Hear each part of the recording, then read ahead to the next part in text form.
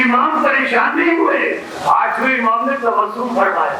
تبسم فرما کر اپنا چہرہ 8ویں امام نے آسمان کی طرف بلند کر کے کہا اے خالق امر اس فرعون وقت کو دیکھ, اولی الامر کو امر سے ڈرایا.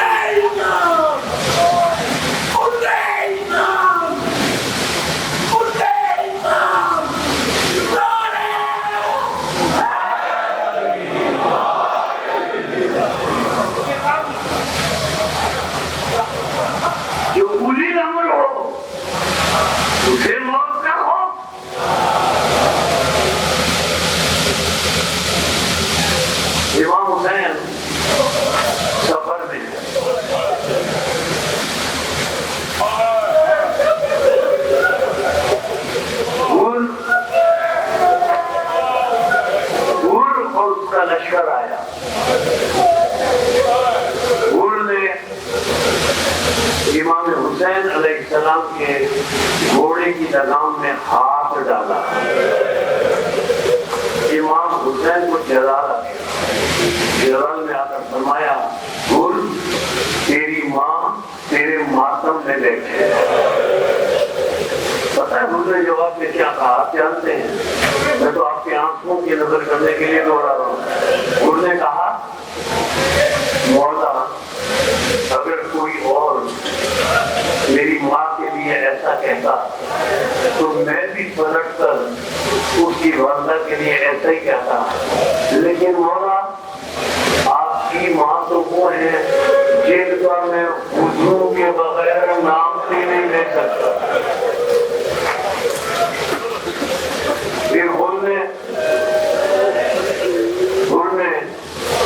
مولا حسین سے کہا میرا لشکر پیاسا ہے, میرے سارے جانور پیاسے ہیں. امام حسین نے کہا فاطمہ علی اکبر قاسم سارے لشکر کو پانی سے سیراب کرو, ان کے جانوروں کو پانی پلاؤ. تو دیکھو عباس اگر جب تک جانور 3 مرتبہ پانی سے چونا ہٹا لیں اس وقت تک انہیں پانی پلاتے رہنا. اور امام حسین علیہ السلام کو کربلا تک لے تو آیا تھا, لیکن دل پر امام حسین کے احسان کی چوٹ بھی کھا چکا تھا. جب 7 محرم کو اہل بیت پر اور ان کے بچوں پر پانی بند ہوا, پھول کو امام حسین کا وہ سلوک یاد آیا.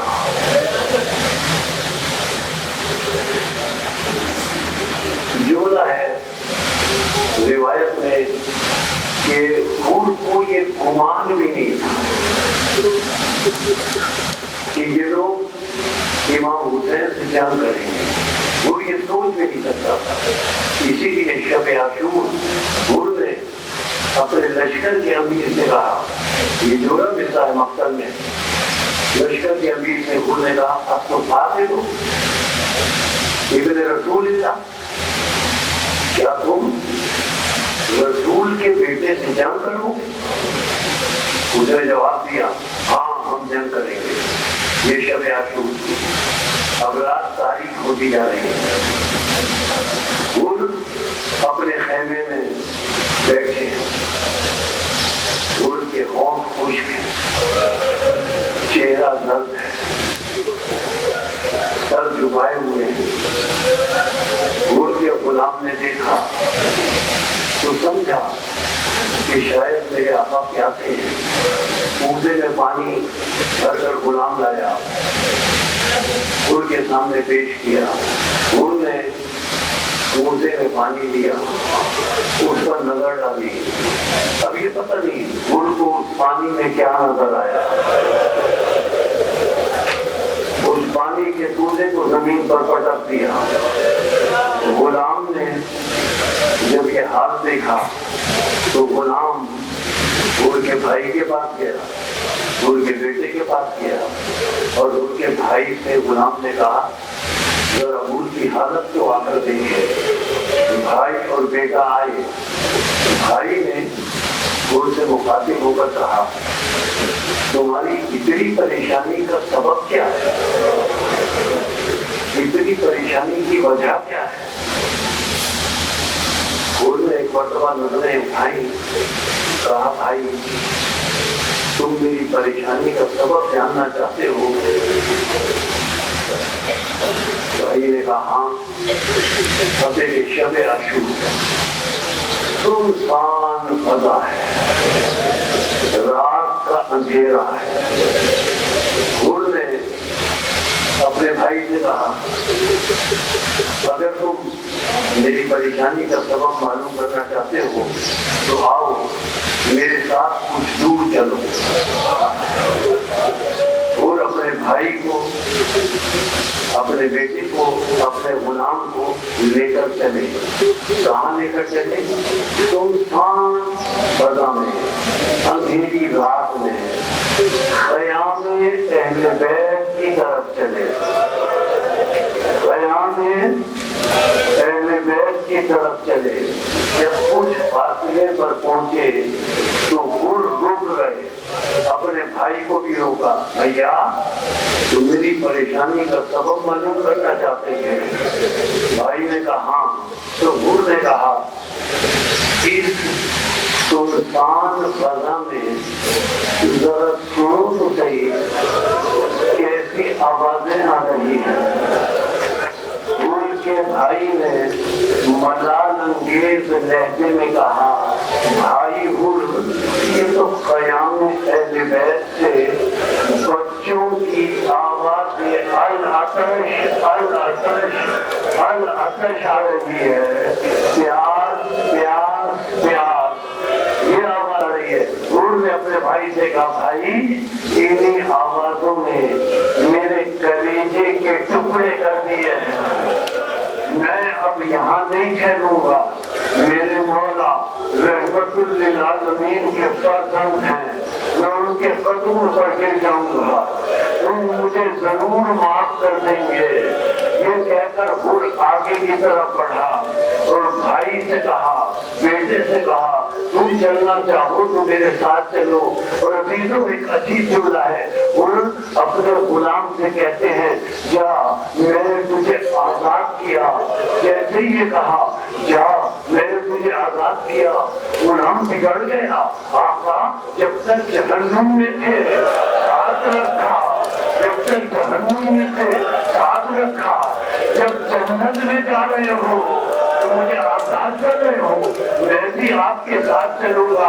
ان چلے، ان کا بھائی چلا، ان کا بیٹا چلا، ان کا غلام چلا، ان نے اپنی آبا اپنے چہرے پر ڈال لی، کہتے ہیں بھائی مجھے کھلے چہرے سے مولا کے پاس جاتے ہوئے شرم آ رہی ہے، میں اپنی ابا اپنے چہرے پہ ڈال کر چلوں گا۔ ادھر ان بھائی بیٹے اور غلام کے ساتھ چلے، ادھر روزے عاشور فجر کی نماز ادا کرنے کے بعد حسین نے آواز دی عباس علی اکبر حبیب عاصم ذرا جاؤ میرا مہمان آ رہا ہے، ذرا جاؤ میرے مہمان کا استقبال کرو، میرا مہمان آ رہا ہے۔ ان اپنے بھائی اور بیٹے کے ساتھ آ رہے تھے۔ ایک مرتبہ ان کے بیٹے نے بلند آواز سے کہا اللہ اکبر۔ انہوں نے کہا بیٹا کیا ہوا، بیٹا کیا ہوا؟ بیٹے نے کہا بابا کیا بتاؤں، شہزادہ علی اکبر استقبال کے لیے آیا ہے، شہزادہ علی اکبر استقبال کے لیے آیا ہے۔ اب تھوڑا سا اور آگے بڑھے، پھر بیٹے نے فوراً کعبہ سے کہا اللہ اکبر اللہ اکبر. حضرت انہوں نے کہا بیٹا اب کیا ہوا؟ ان کے بیٹے نے کہا بابا کیا بتاؤں غازی عباس استقبال کے لیے آئے ہیں استقبال کے لیے آئے ہیں. اب ہم ذرا آگے بڑھیے. اب ان کے بیٹے نے 3 مرتبہ کہا اللہ اکبر اللہ اکبر اللہ اکبر. جب 3 مرتبہ ان کے بیٹے نے کہا تو انہیں کا بیٹا اب کیا ہوا؟ ان کا بیٹا کہتا ہے بابا کیا بتاؤں مولا حسین خود استقبال کے لیے آ گئے ہیں. انہوں نے اپنے آپ کو مولا حسین کے قدموں پر گرایا اور کہا مولا مجھے معاف کر دیں. حسین نے ان کو سینے سے لگا کر کہا بول تیری ماں نے تیرا نام صحیح رکھا ہے تو آتش جہنم سے آزاد ہے. یہ کہتے کہتے حسین کی آنکھوں میں آنسو آ گئے.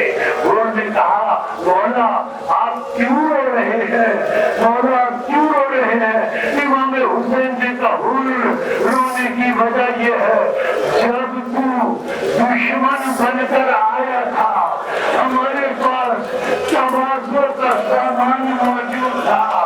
آج تو دوست بن کر آیا ہے ہمارے پاس ایک گھونٹ پانی بھی نہیں ہے جو میں تیری توازو کر سکوں. بس گفتگو کے اختتامی جملے انہوں نے ہاتھ چھوڑ لیے. ہاتھ جوڑ کر کہا مولا میرے گناہ کو معاف کیجیے اور میرے بیٹے کو میدان میں جا کر جنگ لڑنے کی اجازت دیجیے. آپ عزیز سمجھ گئے گفتگو کے اختتامی جملے ہیں تو مشکل. جب انہوں نے اصرار کیا حسین نے ان کے بیٹے کو اجازت دی. ان کا بیٹا میدان جنگ میں لڑا بڑی شجاعت کا مظاہرہ کیا لیکن ایک وقت آیا ان کا بیٹا گھوڑے سے گرنے لگا. آواز دی میری مدد کرو. اگلی گری ایک طرف